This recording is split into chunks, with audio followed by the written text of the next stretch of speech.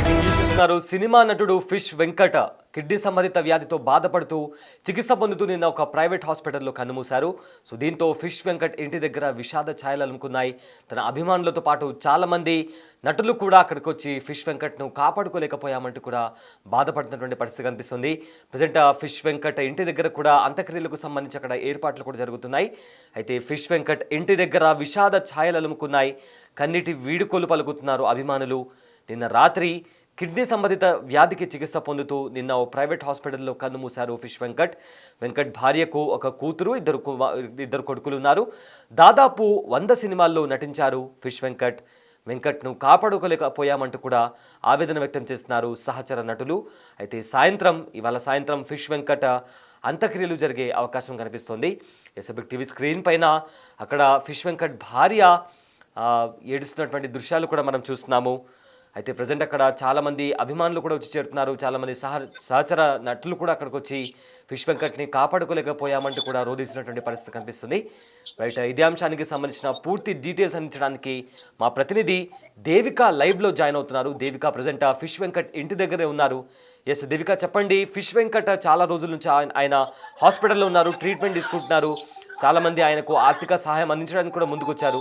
But నిన్న రాత్రి ఆయన చనిపోయినట్టు తెలుస్తుంది. సో ఏంటి ప్రజెంట్ అక్కడ సిచ్యువేషన్ ఏంటి దేవిక?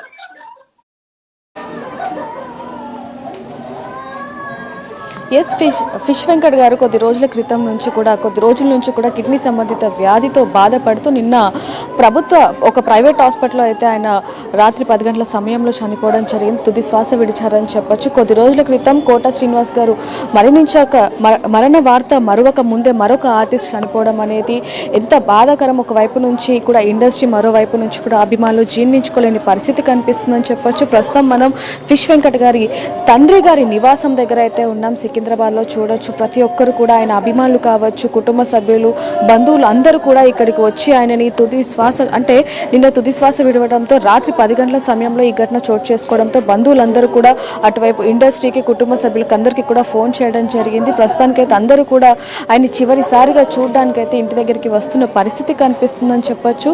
ఒక్కసారిగా ఇండస్ట్రీ అలాగే అభిమానులు ఒక్కసారిగా జీర్ణించుకోలేని పరిస్థితి కనిపిస్తుంది. ఎందుకంటే 100 సినిమాలకు పైగా అనేక సినిమాల్లో నటించిన వ్యక్తి, ఎంతో మందిని నవ్వించిన వ్యక్తి ఇక లేరు అన్న వార్త అభిమానులు అలాగే కుటుంబ సభ్యులు జీర్ణించుకోలేకపోతున్నారని చెప్పొచ్చు. చూడొచ్చు, అందరూ కూడా కన్నీరు మున్నీరు అవుతున్న పరిస్థితి కనిపిస్తుంది. ఇంటి దగ్గర విషాయ ఛాయలు అయితే అల్లుకున్న పరిస్థితి అయితే కనిపిస్తుందని చెప్పొచ్చు. ప్రతి ఒక్కరు కూడా ఎంతగానో నవ్విస్తూ ఉండేవాళ్ళు. అలాంటిది కొద్ది రోజులుగా 2 కిడ్నీలు కూడా ఫెయిల్ అవ్వడంతో హాస్పిటల్లో చికిత్స పొందుతూ నిన్న రాత్రి అయితే తుది శ్వాస విడిచారని చెప్పొచ్చు.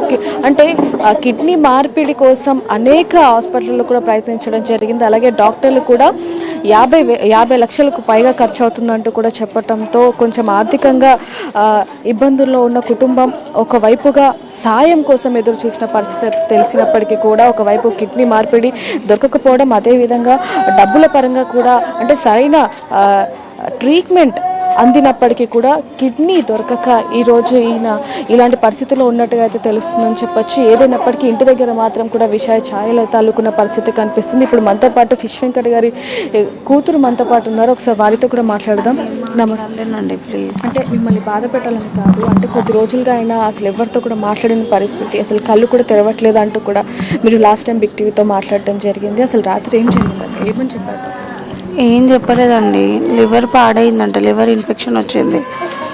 నైట్ 8:30 నుంచే బ్రీతింగ్ ప్రాబ్లం అయ్యింది, బీపీ డౌన్ అయిపోయింది. 9:25కి చనిపోయాను.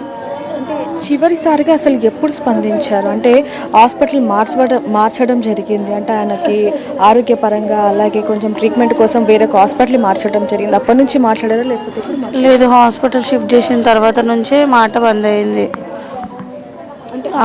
చికిత్స కోసమే హాస్పిటల్ అనేది చేంజ్ అక్కడ డాక్టర్స్ ఏమన్నా ట్రీట్మెంట్ ఇవ్వటం కానివ్వండి చేశారు, లేకపోతే వెంటిలేషన్ మీదనే ఉన్నారు? అప్పటి నుంచి వెళ్ళిన డే నుంచి వెంటిలేటర్ మీదనే ఉన్నాడు, నిన్నటి వరకు కూడా.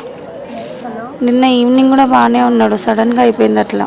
అంటే ఏమైనా స్పందిస్తున్నారా అంటే ట్రీట్మెంట్కి కానివ్వండి, లేకపోతే ఎవరైనా ఆయన్ని చూడడానికి వస్తే? లేదు, అసలు బాడీ సహకరించట్లేదు అస్సలు. డాక్టర్స్ ఏం చెప్పేశారండి, మాకు 99% హోప్ ఇవ్వలేమని అన్నారు. అంటే కిడ్నీ మారుస్తే కొంచెం బ్రతికే ఛాన్సెస్ ఉన్నాయంటూ కూడా మనం గతం నుంచి కూడా వార్తలు వింటూ ఉన్నామని చెప్పొచ్చు. అంటే కిడ్నీ డాక్టర్ మెయిన్ వచ్చింది కిడ్నీ గురించే, కాకపోతే లివర్ కూడా ఖరాబ్ అయిందని చెప్పి రీసెంట్గా తెలిసింది 1 వీక్ తర్వాత. బ్లడ్ ఇన్ఫెక్షన్ వచ్చింది, జాండీస్ తలకెక్కినాయి, బ్రెయిన్కి వచ్చినాయి, దానివల్ల ఇంత సిక్ అయిపోయింది బాగా. అంటే మామూలుగా ఇండస్ట్రీలో అయినా ఎంతో మందికి పరిచయస్తులు అని చెప్పొచ్చు, పెద్ద పెద్ద హీరోలతోనే నటించిన వ్యక్తి, 100 సినిమాలకు పైగా. అలాంటిది ఇండస్ట్రీ నుంచి కేవలం విశ్వక్సేన్ గారు మాత్రమే స్పందించడం జరిగింది, ఎవరు కూడా స్పందించలేదు. అంటే సేన ప్లస్ జట్టి మూవీ హీరో కృష్ణ మాన్యన్ 100 డ్రీమ్స్ ఫౌండేషన్ వాళ్ళు మాత్రమే, ఆ ఇద్దరు మాత్రమే హీరోస్ 2 lakhs ఇచ్చారు అంతే. ఇంకెవ్వరు ఇలాంటిది ఏం చేయలేదండి. ఇప్పుడు చనిపోవడం జరిగింది ఆయన, ఇంకా మనతో లేరు అన్న వార్త అసలు జీర్ణించుకోలేమని చెప్పొచ్చు. మరి ఇండస్ట్రీ నుంచి ఎవరైనా ఫోన్ చేయడం కానివ్వండి, లేకపోతే రావటం, ఇంకేం కాల్స్ రాలేవు, ఇంకా ఏం రాలేదు. సో చూడొచ్చు, ఇండస్ట్రీలో ఒక మంచి గుర్తింపు పొందిన ఫిష్ వెంకట్ గారు ఇక లేరు అన్న వార్త ఇండస్ట్రీకి తెలిసినప్పటికీ కూడా ఇప్పటి వరకు కూడా ఎవరు స్పందించలేదు అంటూ కూడా వారి కుమార్తె చెప్తున్న పరిస్థితి అని చెప్పొచ్చు. ఒక్కసారిగా అంటే అంత్యక్రియలు కూడా వారి తండ్రి గారి ఇంటి దగ్గర చేయడానికి గల కారణం కూడా ఆయన తల్లి అంటే ఆయనకి ఎంతో ఇష్టం అని చెప్పి కూడా ఆయన ఇంటి దగ్గర కాకుండా వాళ్ళ తండ్రి గారి ఇంటి దగ్గర అయితే అంత్యక్రియలు చేస్తున్న పరిస్థితి అని చెప్పొచ్చు. ఇప్పుడు మనతో పాటు ఫిష్ వెంకట్ గారి తల్లి మనతో పాటు ఉన్నారు. ఒక్కసారి ఆవిడతో మాట్లాడే ప్రయత్నం చేద్దాం. అమ్మ నమస్తే. ఓ నాయన, నా కొడుకు అమ్మా, వెంకటేశ నా కొడుకు, లేపున్నమ్మా, వృషంకట్ని లేపున్నమ్మా, అమ్మా అమ్మా లేపండి. బాణం బాగలేదు, అమ్మా అని అంటుండమ్మా, అమ్మ అని మాట్లాడుతుండే. ఇదివరకల్లా నాకు నాశ తీసుకొచ్చి పెట్టేటోడు నా కొడుకు.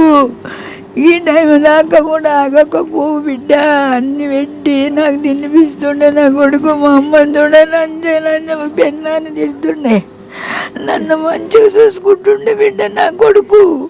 మేము అంత కష్టపడి బతికిన వాళ్ళం బిడ్డ, మేము పీద వాళ్ళమే బిడ్డ. నేను చేపలమ్మే బతికించుకున్నా. వీళ్ళందరూ నా చిన్న నేను 2వ కొడుకు అయినా చేపలమ్మే బతికిన వాళ్ళమేనాయన. అలా నాయన ఉద్యోగం లేదు, నేను కష్టపడి చదువుకున్న బిడ్డ, చదివిపించిన కూడా బిడ్డ. నేను నా కొడుకుని ఇంత వాడిని చేసినాక లాభం లేకుండా అయిపోయాను అయ్యా. చాలు, ఇంత పేరు తెచ్చుకుంటూ చాలు బిడ్డ.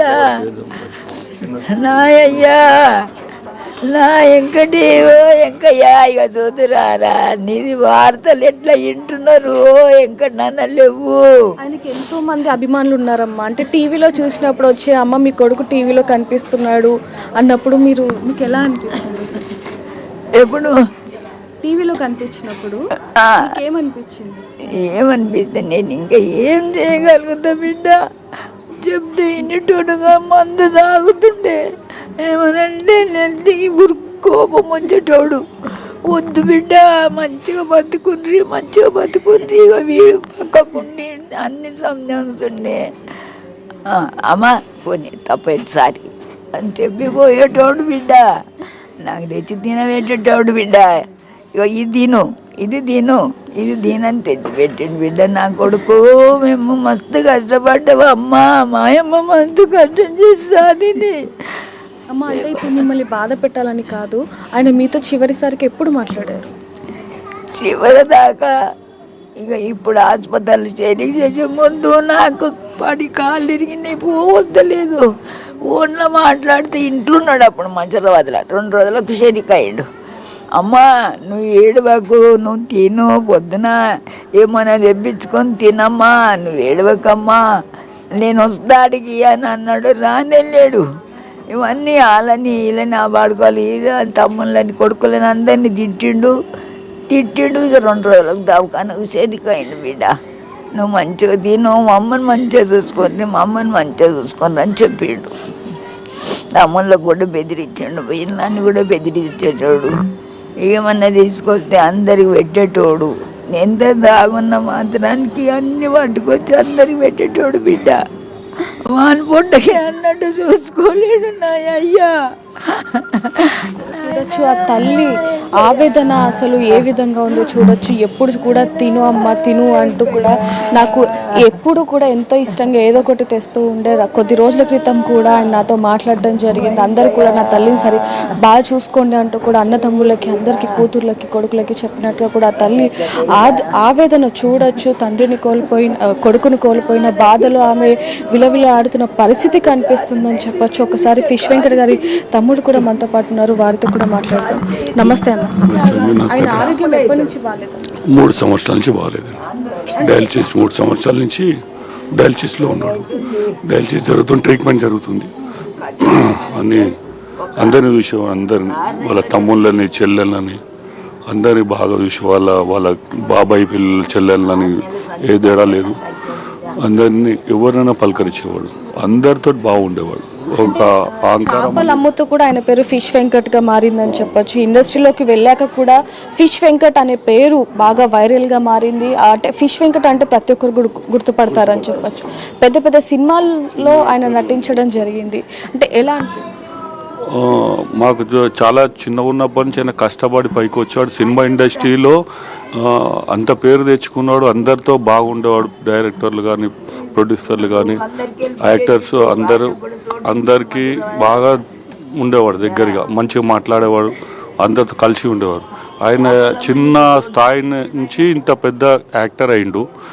ఆ యాక్టర్ అయినా కూడా ఫిష్ వెంకట్ అని ఎక్కడికి పోయినా ఆయనను గుర్తుపట్టేటోళ్ళు. చాలా ఎవరికి ఏ సాయం కావాలో హెల్ప్ కావాలన్నా కూడా వెళ్ళిపోయేవాడు. ఆయన ఉన్నంతలో చేసేవాడు. ఆయన చిన్న స్థాయిలో ఉన్నా నేను ఎందుకు చేయాలని అనుకునేవాడు కాదు. ఎవరికైనా చేసేవాడు. ఎవరు పిలిస్తే వెళ్ళేవాడు, ఎవరు పిలిచినా వెళ్ళేవాడు. చాలా గొప్ప వ్యక్తి. ఆయన గురించి చెప్పాలంటే చాలా గొప్ప వ్యక్తి. 2 తెలుగు రాష్ట్రాల్లో కూడా ఆయన అభిమానులు కూడా వేల సంఖ్యలో ఉన్నారని చెప్పొచ్చు. అయితే ఇంత లక్షలలో ఉన్నారు ఆయన తెలిసిన మటుకు. నేను 35 సంవత్సరాల నుంచి ఆయన నేను ఉంటాను. నేను ఆయన ఇద్దరమే, మధ్యలో ఇంకెవరు ఉండరు. ఎందుకంటే తర్వాత అందరు వచ్చారు. వాళ్ళు ఏది ఉన్నా కూడా నాకు చెప్పుకునేవాడు. మరి ఆయన నేను పరిస్థితి బాగాలేదు, ఏదన్నా ఆర్థికంగా ఇబ్బంది ఉందన్నా కూడా ఆయన చెప్పుకునేవాడు కాదు. ఆయనంతలో ఏదో చేసుకునేవాడు. ప్రతిరోజు షూటింగ్ ఉన్నప్పుడు అయితే పొద్దున్నే ఆరోగ్యం బాగున్నా బాగాలేకున్నా వెళ్ళిపోయేవాడు. ఏ ఫంక్షన్లు ఉన్నా ఏమున్నా ఉండకపోయాడు. అట్లా కష్టపడి పేరు బాగా తెచ్చుకున్నాడు. గబ్బర్ సింగ్ సినిమాతో ఆయనకి ఇంకా మంచి పేరు వచ్చిందని చెప్పొచ్చు. ఆ కామెడీ కానీ ఇదంతా కూడా, అంటే ఆ సినిమా తర్వాత నుంచి కూడా ఆయన లైఫ్ కూడా కొంచెం చేంజ్ అయిందని చెప్పొచ్చు. మరి ఆరోగ్య సమస్యలు ఉన్నప్పటికీ మరి ఆయన ఎందుకని నెగ్లెక్ట్ చేశారు? ఆరోగ్య సమస్యలు అంటే 3 ఇయర్స్ నుంచి వచ్చాయి. అంతకుముందు గబ్బర్ సింగ్ చేసినప్పుడు బాగానే ఉన్నాడు. దాని తర్వాత ఎన్నో సినిమాలు చేసిండు. బయటికి కూడా వెళ్ళాడు. ఒకసారి ఏదో చిన్న సినిమా కానీ వెళ్ళి కాలుకు మూల ఏదో తగిలింది. దానివల్ల ఆయనకు షుగర్ అనేది అటాక్ అయ్యి కాలు అనేది అప్పుడు కాలు ప్రాబ్లం అయింది ఆయనకు. దాని తర్వాత చెక్ చేయించుకుంటే డయాలసిస్ కిడ్నీస్ పోయినాయి అని చెప్పేసి చెప్పారు. విజయవాడలో అక్కడికి వెళ్ళి అడ్మిట్ అయితే మొత్తం బాడీ చెకప్ చేస్తే అక్కడ వాళ్ళ డాక్టర్ చెప్పారు. చెప్తే అప్పుడు ఏడ్చి బాధపడ్డాడు. తర్వాత డాక్టర్స్ ట్రీట్మెంట్ అంతా వాళ్ళు ఇక్కడ అక్కడ అన్ని హాస్పిటల్ తిరిగిండు. షూటింగులు చేయలేకపోయిండు. ఆయన హెల్త్ సహకరించలేదు. 3 ఇయర్స్ నుంచి ఆయన ఇంట్లోనే ఉండడం అలాగా గడిపారు. అంటే అన్న ఇంత పెద్ద పెద్ద సినిమాలు చేయడం జరిగింది, పెద్ద ఆర్టిస్టులతో ఎన్టీఆర్, అల్లు అర్జున్ ఇలా అనేక మందితో ఆయన యాక్ట్ చేయడం జరిగింది. కానీ ఇప్పుడు వరకు కూడా ఇండస్ట్రీ ఎందుకని స్పందించలేదు అంటారు? అందరూ స్పందించారు. ఎంతవరకు స్పందించాలో అంతవరకు స్పందించారు. అందరూ ఫిష్ వెంకట్ అంటే అందరు ఈరోజు ఎన్టీఆర్ గారు కానీ, చిరంజీవి గారు కానీ, మహేష్ బాబు గారు కానీ అందరూ, మనకి కళ్యాణ్ రామ్ గారు కానీ అందరూ బాగా పవన్ కళ్యాణ్ గారు వెంకట్ వస్తారంటే వెంకట్ గారు నమస్తే అలాంటి స్థానం సంపాదించుకున్నాను. వెంకట్ అంటే ఒక గుర్తింపు. పెద్ద హీరోలు వాళ్ళు కూడా మంచిగా మాట్లాడేవాళ్ళు. వాళ్ళు కూడా చెప్పేవాళ్ళు, వెంకట్ని హెల్త్ బాగా చూసుకో, బాగుండు, ఇంకా బాగా చెప్పేవాళ్ళు. తప్పు కాదు. అంటే ఆయన ఆరోగ్యం కుదుట పడాలి అంటే కిడ్నీ మార్పిడి కోసం 50 లక్షలు ఖర్చు అవుతుంది అంటూ కూడా డాక్టర్లు చెప్పడం జరిగింది. ఆ తర్వాత నుంచి ఆయనకు ట్రీట్మెంట్ ఏ విధంగా జరిగింది? ఆ తర్వాత ట్రీట్మెంట్ జరిగింది. డాక్టర్లు ఎంత ప్రయత్నించాలో వాళ్ళంత ప్రయత్నించారు. అంటే ఒక కిడ్నీ అని కాదు, కాళ్ళు ప్రాబ్లం అయిపోయి కాళ్ళు చెడిపోయి ఇంకా ఆయనకు ఆరోగ్యం అంటే కాళ్ళు షుగరు బీపీ కంట్రోల్లోకి వస్తే కిడ్నీ మారుస్తామని అన్నారు. కిడ్నీ మారుద్దామని అనుకుంటే ఇంకా ఇది సహకరించలేదు. ఇంకా ఆయన బాడీ ట్రీట్మెంట్ సహకరించలేదు. ఈ మధ్యలో మళ్ళీ ఒక వారం రోజులు 3-4 డేస్ అయింది. ఇంట్లో వాళ్ళు చెప్తున్నారు నాకు కూడా లివర్ ప్రాబ్లం వచ్చింది. అంతకుముందుకు లివర్ టెస్ట్ చేయలేదు. ఆ లివర్ ప్రాబ్లం వల్ల ఇంకా ఆయనకు ఎక్కువ అయిపోయింది. సో చూడొచ్చు, ఇంటిల్లి పాదే కాకుండా 2 తెలుగు రాష్ట్రాల్లో కూడా ఆయనకి లక్షల్లో అభిమానులు ఉన్నారు. వాళ్ళందరూ కూడా ఒక్కసారిగా షాక్కి గురైన పరిస్థితి కనిపిస్తుంది. ఆయనకి 2 సంవత్సరాలుగా కూడా ఆరోగ్య పరిస్థితి సరిగ్గా లేనందువల్ల ఈరోజు ఇలాంటి పరిస్థితి నెలకొనిందంటూ కూడా కుటుంబ సభ్యులు చెప్తున్న పరిస్థితి అని చెప్పొచ్చు. మరోవైపు నుంచి చూసుకుంటే ఆయనకి కజిన్ సిస్టర్స్ కూడా ఉన్నారు. వారితో ఎంతో అన్యోన్యంగా ఉంటారు అనేది కూడా తెలుస్తుందని చెప్పొచ్చు. వాళ్ళ సిస్టర్స్ కూడా అంటే రోజు కూడా వాళ్ళ సిస్టర్స్తో మాట్లాడుతూ బాగోగులు తెలుసుకుంటూ ఉంటారు. అలాంటిది ఒక్కసారిగా మా అన్నయ్య లేడు అని కూడా వాళ్ళు జీర్ణించుకోలేని పరిస్థితి కనిపిస్తుంది. ఇందాక మనం విజువల్స్లో కూడా చూడొచ్చు, వాళ్ళు కన్నీరు మున్నీరు అవుతున్న పరిస్థితి కనిపిస్తుందని చెప్పొచ్చు. వాళ్ళ అన్నయ్యని కోల్పోయిన బాధ ఎప్పటికీ ఎవరు తీర్చలేని పరిస్థితి అని చెప్పొచ్చు. ఒక్కసారి వారితో మాట్లాడే ప్రయత్నం అయితే చేద్దాం. అంటే ఇలాంటి పరిస్థితుల్లో వాళ్ళని ఇబ్బంది పెట్టకూడదు. కానీ ఫిష్ వెంకట గారు ఎంత మంచివారు, ఎంతో మందికి సహాయం చేశారు. అంటే ఎవరైనా సహాయం అని ఇంటి ముందుకు వచ్చినా, ఫోన్ చేసినా సరే ఖచ్చితంగా స్పందించి ఆయనకి చేతనైనంత వరకు కూడా సాయం చేసేవారు అంటూ కూడా వాళ్ళ తల్లి మాటల్లో అయితే మనం వినడం జరిగింది. అంటే సొంత చెల్లెలు లేకపోయినప్పటికీ కూడా బాబాయ్ పెద్దమ్మ కూతుర్లని చెల్లెలని ఎంతో అన్యోన్యంగా చూసుకునేవారు అనేది కూడా ఈవిడ కళ్ళల్లో తెలుస్తుందని చెప్పొచ్చు. ఒక్కసారి ఆవిడతో మాట్లాడే ప్రయత్నం అయితే చేద్దాం. అమ్మ, మిమ్మల్ని ఇబ్బంది పెట్టాలని సో చూడొచ్చు, అంటే అన్నయ్య లేరు అన్న బాధను ఆవిడ జీర్ణించుకోలేని పరిస్థితి కనిపిస్తుందని చెప్పొచ్చు. ఒక్కసారిగా ఎంతగానో రోధిస్తున్న పరిస్థితి కనిపిస్తుంది. అటువైపు చూసుకుంటే ఆయన భార్య కూడా ఒకవైపు చూడొచ్చు. అంటే ఎన్నో సంవత్సరాల నుంచి, దాదాపు 2 సంవత్సరాల నుంచి కూడా ఆయన ఆరోగ్యం బాలేని పరిస్థితిలో ఈవిడ మొత్తం కూడా మంచి చెడు మొత్తం కూడా చూసుకున్న పరిస్థితి కనిపిస్తుంది. ఆవిడ ఎంత రోధిస్తున్నారు అనేది కూడా తెలుస్తుందని చెప్పొచ్చు. ఒక్కసారి ఆవిడతో మాట్లాడే ప్రయత్నం అయితే చేద్దాం. ఇబ్బంది పెట్టాలని కాదు, కానీ ఒక్కసారి మాట్లాడే ప్రయత్నం చేద్దాం.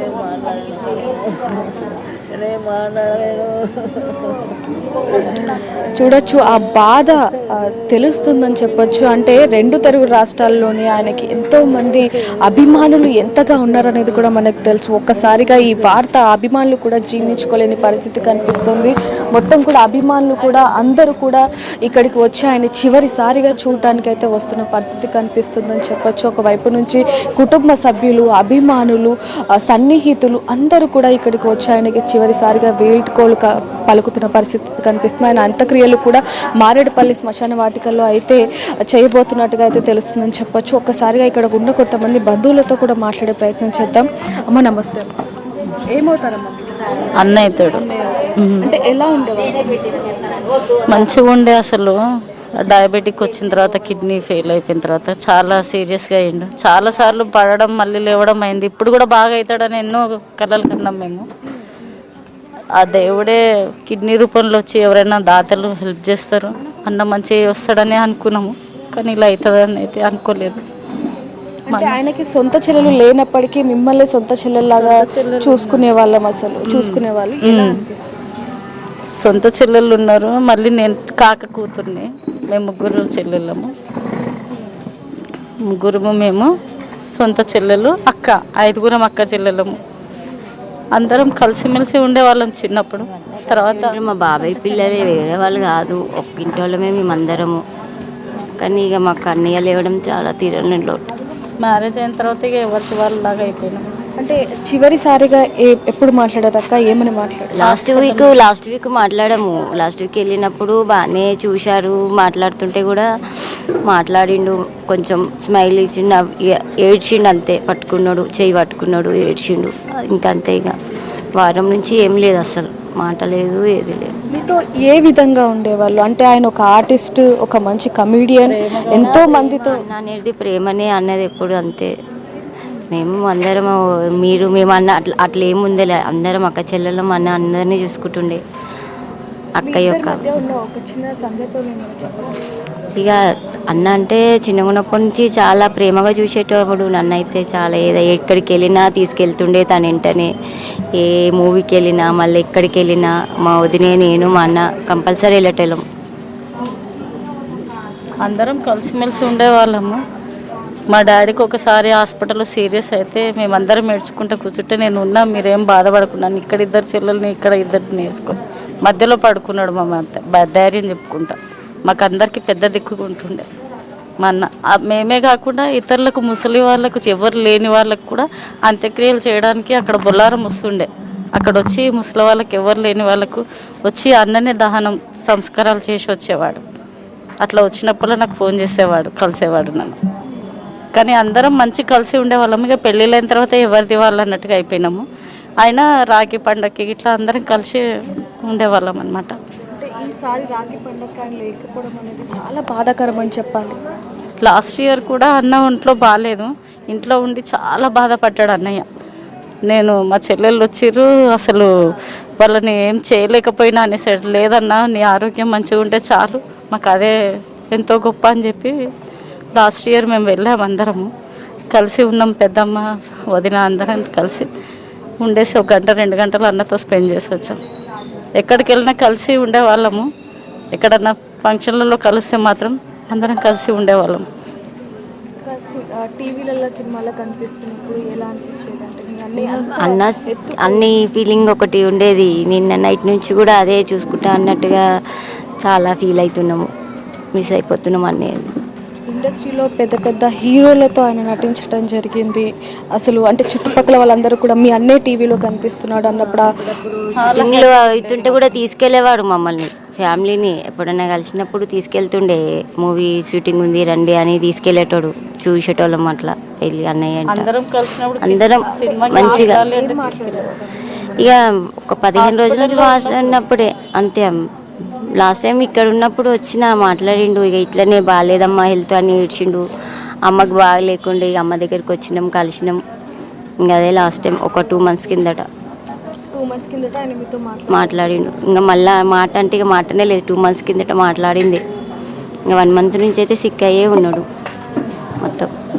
ఆయన ఆరోగ్యం దాదాపుగా 2 సంవత్సరాల నుంచి బాగోలేనప్పటికీ కూడా ఆయన అందరితో కూడా బాగుండేవాళ్ళు. అంటే లాస్ట్ టైం రాఖీ పండుగకి కూడా నేను మీకు అంటే చెల్లెలకి ఏం చేయలేకపోతున్నాను అన్న బాధ ఆయన కళ్ళలో కనిపించినప్పటికీ కూడా మీ ఆరోగ్యం బాగుంటే చాలు అంటూ కూడా ఈ చెల్లెలు ఆయనకి ధైర్యం ఇచ్చారనేది కూడా తెలుస్తుంది. కానీ ఒక 4 రోజుల్లో రాఖీ పండుగ ఉండగా అంటే మా అన్నయ్య లేరు, ఇంకా మేము రాఖీ కట్టలేము అన్న బాధ కూడా వారి కళ్ళలో కనిపిస్తుందని చెప్పొచ్చు. ఒక్కొక్కసారిగా అటువైపు కూడా చూడొచ్చు, అభిమానులు కావచ్చు, లేకపోతే సన్నిహితులు అందరూ కూడా చివరిసారిగా ఆయనకి వీడుకోలు పలకడానికి అయితే ఇక్కడికి వస్తున్న పరిస్థితి కనిపిస్తుంది. దాదాపుగా 100 సినిమాలకు పైగా నటించిన వ్యక్తి ఈరోజు ఈ విధంగా చనిపోవడం అనేది చాలా బాధాకరం అని చెప్పొచ్చు. ఆయన కొద్ది సంవత్సరాలుగా డయాలసిస్తో కూడా బాధపడుతున్న పరిస్థితి ఉందని చెప్పొచ్చు. ఆయన కిడ్నీ మార్పిడి చేయాలి అంటే షుగర్ ఒకవైపు, మరోవైపు కాలు కూడా ఇబ్బందికరంగా ఉంది. కాబట్టి దానికి ట్రీట్మెంట్ అయిన తర్వాతనే కిడ్నీ మార్పిడి చేయొచ్చు అంటూ కూడా డాక్టర్లు చెప్పారనేది కూడా కుటుంబ సభ్యులు చెప్తున్న పరిస్థితి.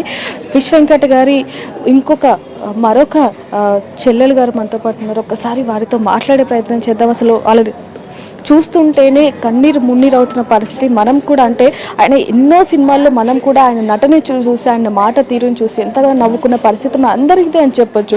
ఒక రకంగా అందరం కూడా ఆయన అభిమానులం అని చెప్పొచ్చు. అలాంటిది ఎంతోమందిని నవ్వించిన వ్యక్తి ఈరోజు ఈ విధంగా అనేది అసలు చెప్పలేని పరిస్థితి అని చెప్పొచ్చు. ఒక్కసారిగా చూడొచ్చు, ఆవిడ కన్నీరు మున్నీరు అవుతున్న పరిస్థితి కనిపిస్తుంది.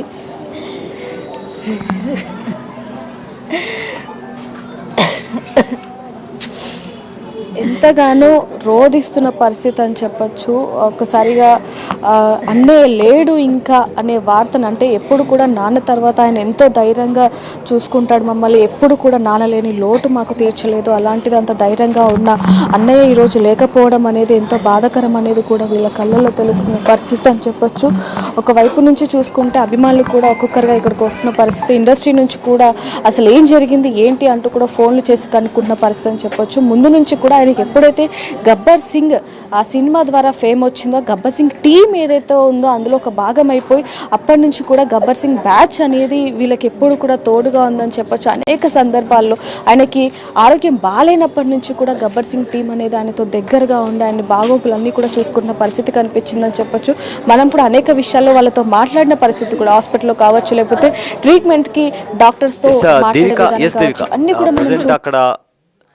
దేవిక ప్రజెంట్ అక్కడ ఎవరైనా సినిమా ఇండస్ట్రీకి సంబంధించి ఎవరైనా వచ్చారా? అప్పుడు ఎవరైనా ప్రముఖులు కానీ లేదా ఫిష్ వెంకట్తో కలిసి నటించిన వాళ్ళు ఎవరైనా అక్కడ ఉన్నారా? ఎవరైనా వచ్చారా? ఎస్, ప్రస్తుతానికైతే అందరూ కూడా ఫోన్లు చేసి మాట్లాడుతున్న పరిస్థితి తప్ప ఇప్పటి వరకు కూడా ఎవరు ఇంకా ఇక్కడికి చేరుకోలేని పరిస్థితి కనిపిస్తున్నాం చెప్పొచ్చు. ఒకవైపు నుంచి అభిమానులు మాత్రం ఒక్కొక్కరిగా ఇక్కడికి వచ్చి ఆయనకి చివరిసారిగా వీడుకోలు చెప్తున్న పరిస్థితి కనిపిస్తుంది. ఒక్కసారిగా కన్నీరు మున్నీరు అవుతున్న పరిస్థితి అని చెప్పొచ్చు. అంటే కొద్ది రోజుల క్రితం కోట శ్రీనివాస్ గారు చనిపోయారు అన్న వార్త మరువక ముందే ఇండస్ట్రీ ఇంకొక గొప్ప నటుని అయితే కోల్పోయిందని చెప్పొచ్చు. ఒకవైపు రెండు తెలుగు రాష్ట్రాల్లో కూడా ఆయన ఎంతో మంచి పేరుని సంపాదించుకున్న వ్యక్తి ఇక లేరు అన్న వార్త మాత్రం ఇటువైపు అభిమానులు కావచ్చు, లేకపోతే ఇటువైపు ఇండస్ట్రీ కావచ్చు, ఎవరు కూడా జీర్ణించుకోలేని పరిస్థితి కనిపిస్తుంది. చూడొచ్చు అందరూ కూడా ఇక్కడికి వచ్చి, అంటే అభిమానులు వీళ్ళందరూ కూడా ఇక్కడికి వచ్చి నివాళులు అర్పిస్తున్న పరిస్థితి కనిపిస్తుంది. ఇక్కడ దగ్గరలో మారేడుపల్లిలో శ్మశాన వాటిక ఏదైతే ఉందో అక్కడ 1 గంట సమయంలో అంత్యక్రియలు జరుగుతాయంటూ కూడా ఇక్కడ కుటుంబ సభ్యులు చెప్తున్న పరిస్థితి అని చెప్పొచ్చు. ఏదైనప్పటికీ ఆయన ఆత్మకి శాంతి చేకూరాలనేది మాత్రం అందరూ కోరుకుంటున్న పరిస్థితి కనిపిస్తుంది. Yes thank you Devika, thanks for the update. So present Fish Venkat, Telugu cinema నటుడు ఫిష్ వెంకట్ చనిపోయారు. నిన్న రాత్రి ఆయన కిడ్నీకి సంబంధించిన వ్యాధికి సంబంధించి ఆయన ట్రీట్మెంట్ పొందుతూ కూడా ఒక ప్రైవేట్ హాస్పిటల్లో ఆయన చనిపోయారు. అయితే దీనికి సంబంధించి ప్రజెంట్ ఫిష్ వెంకట్ తండ్రి ఇంటి దగ్గర అంత్యక్రియలకు సంబంధించి కూడా అక్కడ అంతా ఏర్పాట్లు చేస్తున్నారు. సో దీనికి సంబంధించి ఇవాళ సాయంత్రం ఆయన అంత్యక్రియ జరిగే అవకాశం కనిపిస్తోంది.